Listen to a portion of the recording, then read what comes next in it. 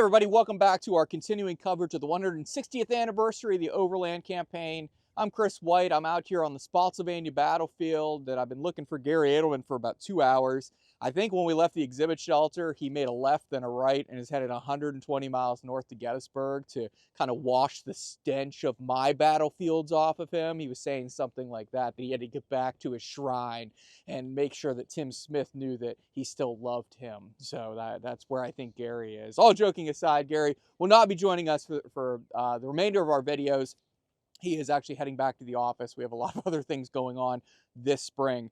So what I want to do is kind of bridge between what's happened whenever John Sedgwick, the Union 6th Corps commander, was killed in action on May 9th, 1864, and then the opening of the heaviest fighting here at Spotsylvania Court House. That'll take place on May 10th, and that'll also take place on May the 12th. So what happens in a very broad sense is that the Federals have moved down the Brock Road, Route 613. They've also started shifting around to the east of us to a place called the Fredericksburg Road, modern-day Route 208, and they're approaching Spotsylvania Courthouse, which is about 1.5 miles to the south of where we are standing, off to my left, and trying to seize that key intersection that will keep the interior lines towards Richmond, the Confederate capital.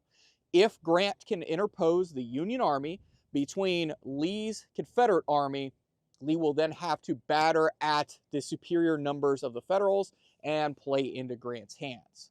As we know from our other videos, Lee has intercepted Grant, has outmarched him, and has now established a defensive line. And we are standing inside of the Confederate defensive line. The line itself initiated a few miles to the west of here along the Po River, which is a very narrow but meandering river off on the Confederate left flank. It'll then ride across the top of Laurel Hill and then follow the natural topographic features past right where we're standing. Off to the camera's left, you might notice where the weeds and everything start to pick up. That is actually the Confederate fortifications. They have collapsed in on themselves over the last 160 years. They were not weatherproof. They were supposed to be temporary, but they would have been very imposing and formidable at the time. We'll put up a sketch of what they look like and some pictures, but they would have stood breast high with a firing loophole and then a headlog. There would have been pointed sticks coming out of them, known as abattis. Trees would have been chopped down in front, known as slashings. They would have put up any impedimenta that they could to try to stop the Federals from attacking here and break up their massive formations. They also would have had, coming out here, and I can see it, you won't show up on the camera, a piece of ground known as a traverse. It's a 90-degree angle of earth and logs that would have enabled the Confederates to pull back and face this direction or face in this direction in case the Federals break through, which they do in this spot where we're standing, known as Dole Salient. But this line will keep running past me. It'll go on in the distance. It'll be run on the left-hand side of the camera screen, basically parallel with the asphalt road, which was not here in 1864, and then run up to that hillside, and then eventually double back towards the Fredericksburg Road. Robert E. Lee's line runs for 5 to 6 miles here at Spotsylvania Courthouse. It's roughly on an west to east axis with a large U in the middle, a salient protruding outward towards the north. So if you're running along, it goes up, down, and runs like that. That's what Lee's line is going to look like. It was laid out here by a man named Martin Luther Smith, who's the chief topographical engineer for the Army of Northern Virginia. And when Lee rides up into this area, he realizes that this big bulge that was created as the Confederates just keep stacking men into the evening of May the 8th, into the morning hours of May the 9th, is a flaw in the line. Well, his de facto second in command, a guy named Richard Ewell, will say, hey, if you give me enough men and artillery, I can hold this. Rather than flattening the nose of this salient, which is, again, a portion of your line that protrudes outward, Lee is going to allow this to remain. He could have flattened it out at Edgar Harrison's house. He could have given this open fields of fire to my left at Neil McCool's farm to be his open fields of fire, but that will be the interior of this mule shoe salient. And it looks like a big mule shoe to the men who are here. And then, of course, you have the Landrum farm, Willis Landrum farm as well. This is all open farm fields that are starting to interconnect here, and this is where Grant wants to fight Lee out of that wilderness. Now, we have to step back for just one moment before I bring on our next guest and understand where the Army of Northern Virginia is. James Longstreet at this point is wounded. The Confederate 1st Corps commander, Lee's second in command. He's out. The 1st Corps is now under Richard Anderson. 2nd Corps is under Richard Ewell, 47-year-old Richard Ewell, West Point graduate. Ewell is now the second in command of the Army of Northern Virginia. 3rd Corps, which is off to the east of town, will be under the command temporarily of Jubal Anderson Early. A.P. Hill sick, and Jeb Stuart has just a few more hours where he will live as he's riding south, chasing down Philip Henry Sheridan's Union cavalry towards Richmond. So Lee is not having his A-team out here. We don't have many of his senior subordinates that we would think of when we go back 1 year when you had Jackson, Lee, Stuart, Longstreet. So Richard Ewell's out here. He says, look, boss, I got this. We'll take care of it. But as we will find out over the next few videos, this is not a great portion of your line, or a portion of a line to hold, because the salient protrudes outwards. There are smaller sections of it that will become famous, like Dole's Salient, manned by 29-year-old Georgia lawyer named George Doles. The Bloody Angle will also have other pieces of this salient. And we will find out that it is vulnerable to converging fire from different points, and it will be vulnerable to attacks at different points as well from massed Union forces. So without further ado, I'm going to bring on Sarah Byerly. She's going to come on here and talk a little bit about the moving, living, breathing lines here at Spotsylvania Court House of the two different armies. Sarah? Thanks, Chris. As has been talked about in a previous video, as the Union Army is coming towards Spotsylvania Court House, the Confederates set up these defensive lines. And as Chris has described, they continue to expand, they continue to grow, they continue to spread out and form these salients, these weak points, these protruding points in their lines. Now, as the Union Army is moving down Brock Road, as we talked about in a previous video, a traffic jam starts to happen because you have the 5th Corps fighting at Laurel Hill. You have the 6th Corps starting to come into line. You have the 2nd Corps coming out of the wilderness, out of the Todd's Tavern area. But because of the fighting that's happening at Laurel Hill, troops are not able to continue moving steadily down Brock Road. They're instead having to shift off into fighting lines, fighting positions. Now, sometimes it can be useful to check on the flank, the far side of an army or a battle line. And that's what the Union 2nd Corps is going to do on May 9th and 10th. 3 divisions of the 2nd Corps are actually going to cross the Po River and attempt to see if the Confederate left flank is weak. Can they turn that flank? Can they attack the flank? Can they start to roll up Lee's line in that way? The short answer is no. Down there, a turn in the river, a bridge over that river at that specific spot gives the Confederates a strong point to defend. And there again, Union troops are going to get into a bit of a traffic jam, if you will. The Confederates are going to defend their flank, sending an attack against these divisions of the 2nd Corps, which is going to force them back. Union troops had prepared for this. They had actually laid about 3 pontoon bridges over the Po River, and they're going to start withdrawing division by division. With the last division there holding, they'll start withdrawing brigade by brigade. And in the fight at Po River, it's another place in the Overland campaign where troops are going to be fighting each other and also have flames, those natural foes, if you will, coming to fight against them as well. The canopy of trees begins to catch fire, and the last Union brigades retreating out of that area are running under trees caught on fire. So attacking the Confederate left flank has not worked for the Union. Grant is beginning to wonder if the shift of Confederate troops down to that area, though, might have weakened some of these other lines that the Confederates had been using. He's going to bring the 2nd Corps back to the main area of the Army and begin to prepare for new assaults, new attacks, new probings of the line into this area. And that's going to bring us to May 10th and a specific punching attack that's going to happen right up in this area where I'm standing. I think Chris Mikowski is joining us to share some more history.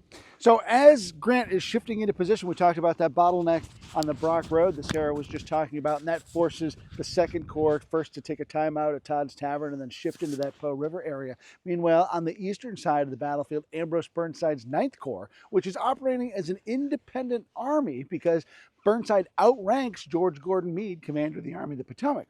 And they will have to swing around to the east because they can't use the Brock Road because of that bottleneck as well. They're going to camp overnight on the old Chancellorsville battlefield and then swing down in the morning of the 9th along Fredericksburg Road. This is a huge operational advantage for Grant because by capturing the Fredericksburg Road, Grant can then shift his supply base from Culpeper, which is 30 miles off in that direction, to Fredericksburg, which is only 10 miles in that direction. And the infrastructure exists at Fredericksburg to support this army because the Union Army has been in that area since March of '62.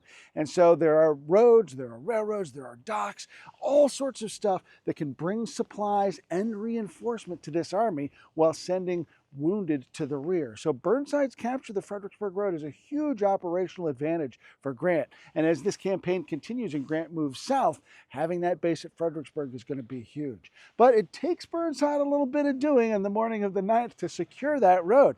He's going to be leading with the division of Orlando Wilcox, who's going to get a brigade across, and they're going to be stymied by just initially 4 Confederate cavalry regiments, which then are going to then be backed up by Cadmus Wilcox's Confederates.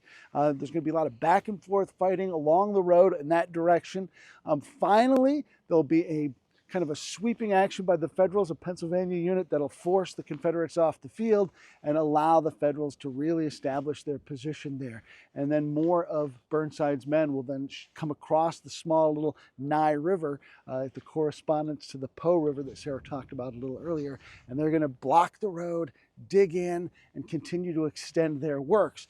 As they continue to fortify, Burnside's going to get more and more men. So first you're going to have Wilcox's division, you're going to have Robert Potter's come, you're going to have Thomas Greeley Stevenson's division come. The 4th division under Burnside is going to be under Edward Ferraro, the dancing instructor from New York City. They're going to be in the rear. They consist mostly of United States colored troops who are going to be assigned to guard the supply lines of this army, in part because Grant and the rest of the high command doesn't know what to do with these United States colored troops.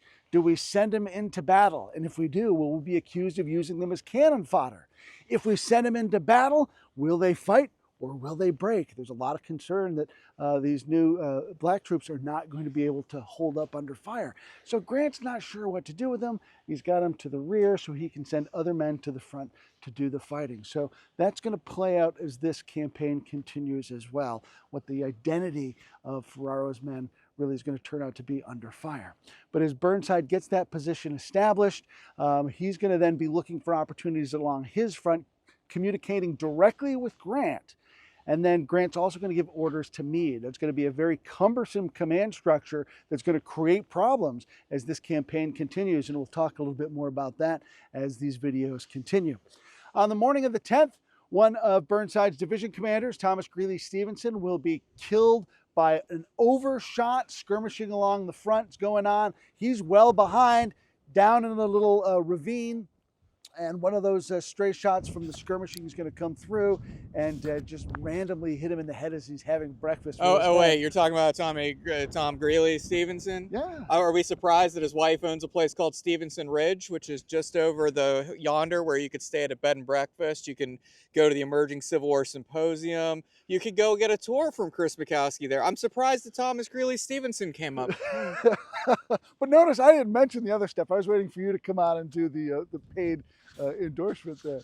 But Stevenson is probably Burnside's most promising division commander. He's going to be taken out. If this was some other battlefield, he'd get an upside-down cannon. He'd get a monument. It's Spotsylvania. A lot of people forget about this battlefield because we are off the beaten path and because this campaign is moving at such a frenetic pace. We'll be talking about that over the course of these videos, about how it's just ongoing, and the churning engine of this campaign really doesn't leave people the opportunity to stop and think, doesn't give them the time to stop and write letters home. It doesn't give commanders the time to write their reports. And so it really becomes an overlooked campaign because the documentary evidence doesn't exist. The records aren't there because it's raining, it's moving, it's constant, it's churning. And so Stevenson, fantastic commander, tends to get forgotten as part of that overall movement. I'm going to bring Dan Davis on to kind of give us our little wrap up here because he's got some great thoughts to share, summing things up.